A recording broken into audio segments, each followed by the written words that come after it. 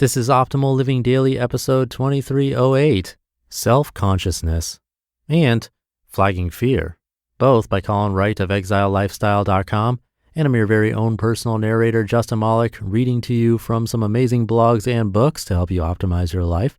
Topics include personal development, productivity, and minimalism mostly. Some of the authors I feature with their permission include Zen Habits, Mark and Angel, The Minimalists, and a lot more. Today's two posts come from popular minimalist writer Colin Wright. So with that, let's get right to it as we optimize your life. SelfConsciousness by Colin Wright of exilelifestyle.com.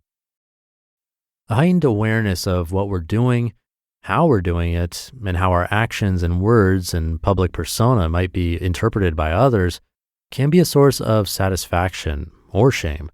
And the line between one and the other can be razor thin. The term self-conscious can refer to a feeling of awkwardness or an empowered sense of awareness and self-worth. I have regular periods of self-reflection baked into my schedule, and one of the benefits of this routine is that when I'm feeling stressed or anxious or out of sorts, I can often trace any low moods or negative feelings I might be experiencing back to a moment of unproductive self-consciousness.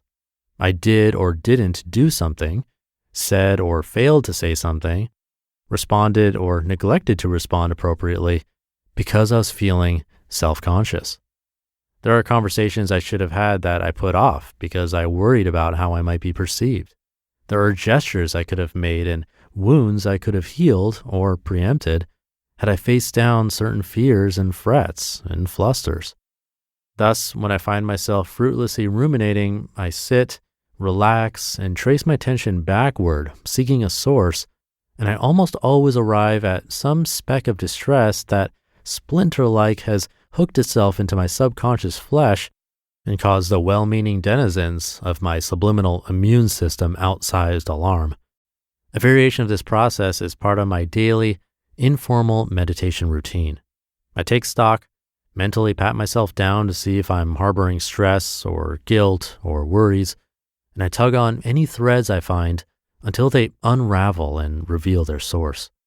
When referring to an ever-growing sense of oneself, one's capacity and goals, one's value and how much one has left to learn, however, self-consciousness is important for personal development and psychological situational awareness.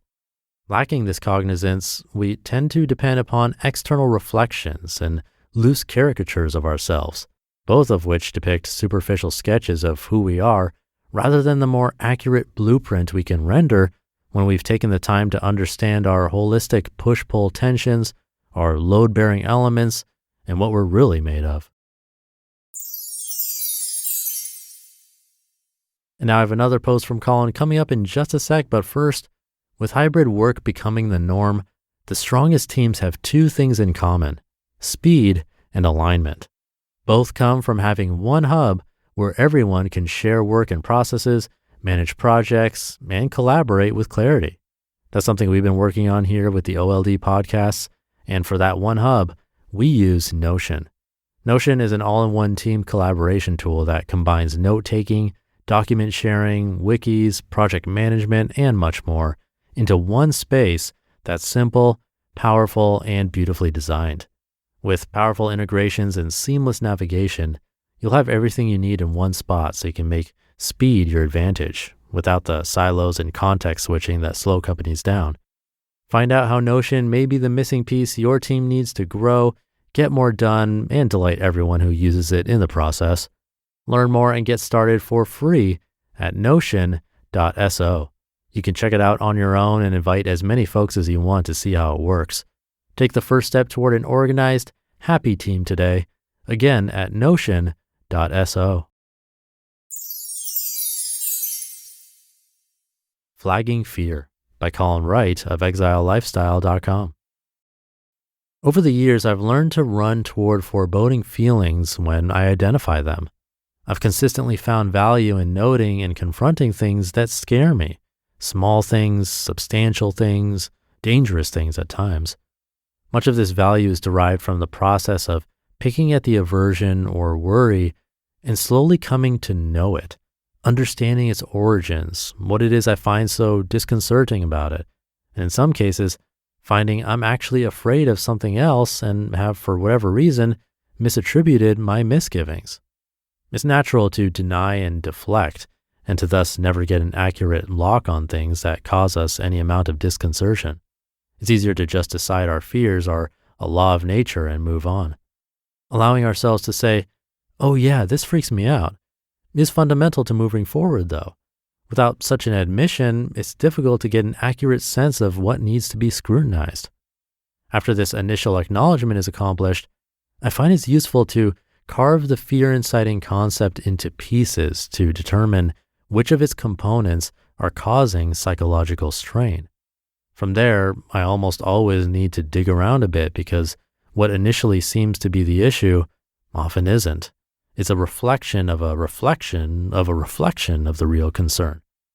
After traveling full-time for the better part of a decade, for instance, the idea of settling in one place for more than 4 months terrified me, and I wasn't sure why. A long period of introspection led to the realization that I was afraid I might not recognize myself in a context not predicated on regular travel. I was afraid I'd be a flattened out person without anything to offer the world, and I'd be incapable of happiness and fulfillment and would lack creative drive if I wasn't tapped into the inescapable novelty of the road. Superficially though, before I started digging, I thought I was afraid of owning a car, buying furniture, and receiving mail every day. These more visible aspects of a staying put lifestyle circled the core issue, but they were not themselves the issue. It took months of thinking and assessing before I was able to pinpoint and affirm my actual fears, and the better part of a year before I was able to reassure myself I was capable of not just being happy, but also remaining creative and productive and fulfilled while not in a permanent state of transit. It can feel like a weakness to flag and follow up on these sorts of internal barriers and conflicts, and the process of tracing and unraveling and, with time, plucking apart the knotted threads of self-imposed inhibitions is seldom pleasant or straightforward. But it tends to be worth the energy and effort invested because it allows us to perceive ourselves with greater accuracy and clear away piles of psychological detritus before they accumulate into cumbersome, seemingly insurmountable barriers.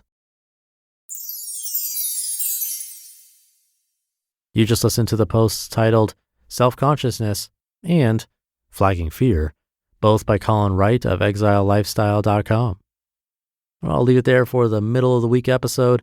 Hope you're having a great day, and I'll see you in tomorrow's show, where your optimal life awaits.